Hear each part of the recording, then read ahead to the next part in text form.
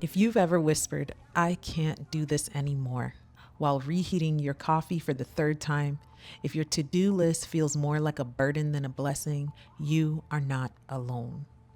Hey, sweet friends, I'm Wendy, a homeschooling mama of 5, soon to be 6, and I know what it feels like to carry the weight of it all, to show up for everyone else while secretly falling apart, to wonder if survival mode is just where you live forever. But here's what the Lord has gently taught me. He hasn't called me to chaos, He's called me to stewardship with peace, purpose, and gospel rooted intention.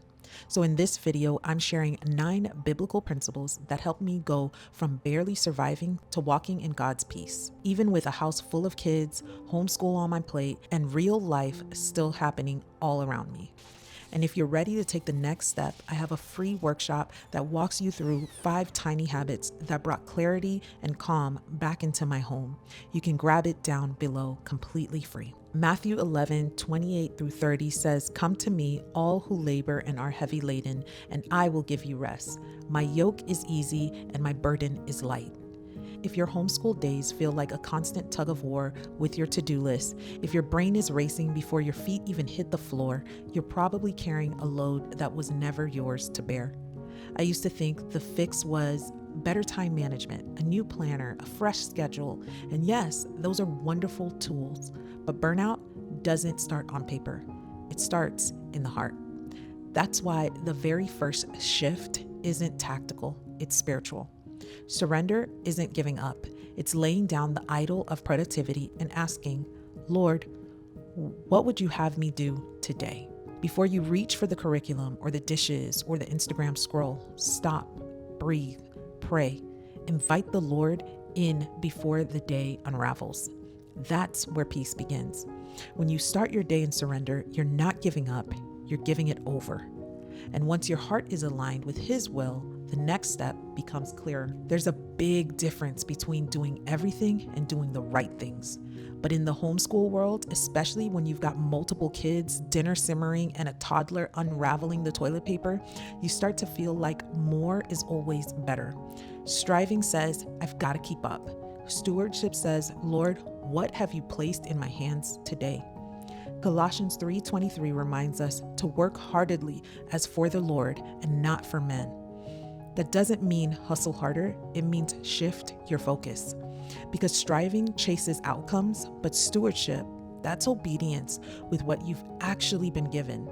Energy, time, limits, and all. So here's your reset. Look at today, not your dream day, not your Instagram day, today. Ask, what would faithfulness look like right now? Then do that on purpose and without guilt. That's stewardship, and that's enough. When you start striving and start stewarding, the pressure lifts because you're no longer trying to carry more than He's given. But even when your hands are full of the right things, our minds can still feel scattered. Romans 12:2 says, "Do not be conformed to this world, but be transformed by the renewing of your mind."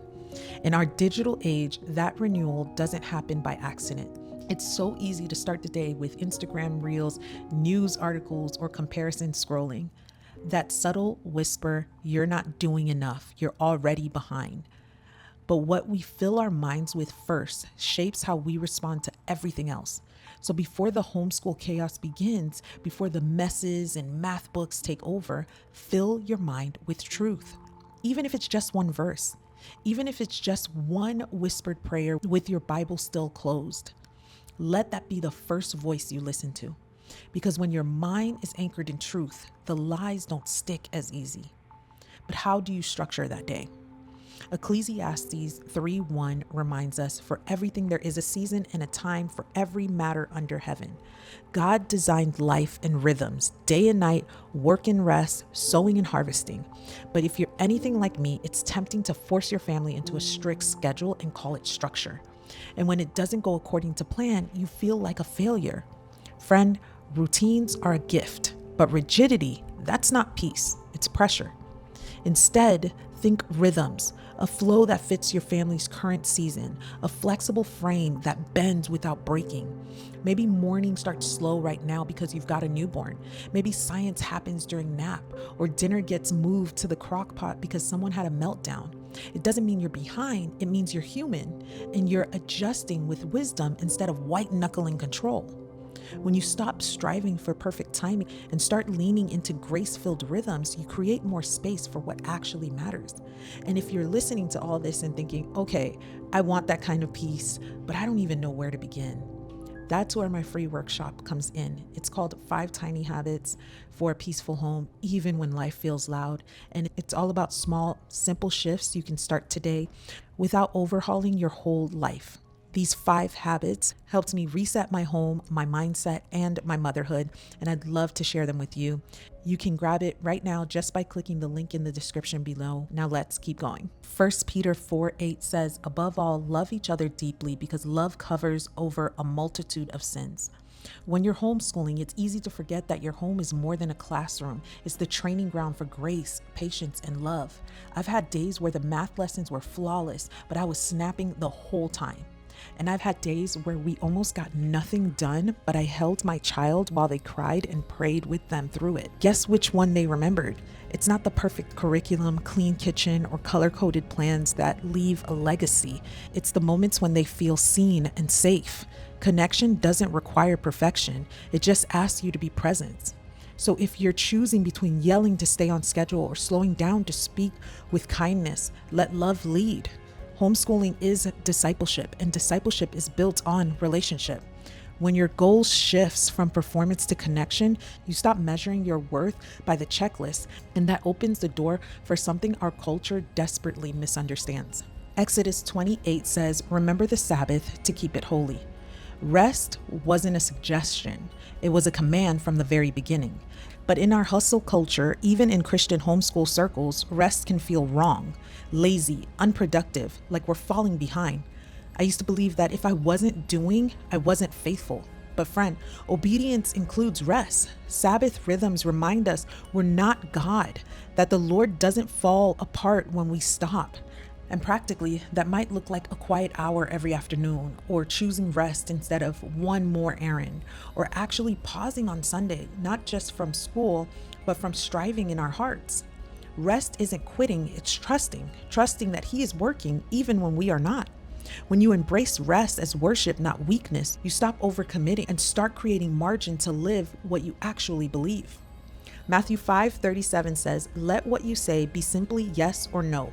Anything more than this comes from evil. That one hits hard, especially for the overcommitted homeschool mom who wants to say yes to everything good. Co-ops, field trips, Bible studies, meal trains, all the good things.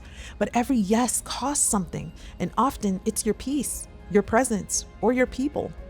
I used to say yes out of guilt or because I didn't want to disappoint anyone. But the more I said yes to everything, the more I said no to what God had actually assigned to me. Letting your yes be yes means counting the costs. It means leaving margin.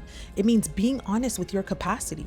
And in a culture that glorifies being busy, quiet faithfulness might just be your boldest witness. When your yes is grounded in obedience, not obligation, you leave space to actually enjoy the life you've been called to steward. And that's when the ultimate trap starts to lose its power. Galatians 6:9 reminds us, let us not grow weary of doing good, for in due season we will reap if we do not give up. But you know what makes us grow weary faster than anything else? Comparison. You see her Instagram highlight reel, her kids all smiling and matching outfits, her morning basket routine, her clean kitchen, her thriving garden, and suddenly your ordinary obedience feels like it's not enough. But friend, God isn't measuring your day against hers. He's looking for faithfulness, not perfection. He's not asking you to be her. He's asking you to be obedient with what He's entrusted to you. So instead of scrolling and spiraling, look around at your own assignment. The little faces in front of you, the home He's placed you in, the story He's writing through your quiet yeses. When you stop measuring your fruit against someone else's field, you remember who's really in charge of the harvest. Psalms 127:1 reminds us, unless the Lord builds the house, those who build it labor in vain.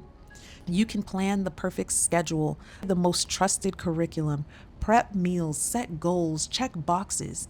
But if you're doing it in your own strength, you'll burn out. Because peace doesn't come from performance, it comes from partnership. God never asked you to be the architect of a flawless homeschool. He asked you to be faithful with the bricks He's put in your hand each day. When you realize He is the builder, you stop trying to control every outcome. You stop feeling like the entire household rises and falls on your shoulders, and you start trusting that your labor, your prayers, your tears, they're not wasted. They're being built into something eternal. So if you've been carrying the weight of homeschool like it's all on you, breathe, mama. The Lord is with you. He's building something beautiful right in the middle of the mess. Friend, if you're still whispering, I can't do this anymore, I want to remind you, God sees you and He hasn't called you to run on empty. These 9 biblical principles aren't about adding more to your plate. They're about exchanging your burden for His peace, a peace that doesn't come from perfection, but from practicing faithful, quiet obedience, one small step at a time. And if you're wondering, where do I even start? I made something just for you. It's a free workshop called The 5 Tiny Habits for a Peaceful Home, Even When Life Feels Loud. And in it, I'll walk you through 5 simple but powerful habits that help you trade chaos for calm, not by doing more, but by stewarding what matters most. Click the link below to watch. It's completely free. If this video blessed you, would you share it with another mama who's carrying a heavy load today? Let's keep reminding each other we weren't called to strive, we were called to trust. Thanks for being here, and I'll see you in the next one.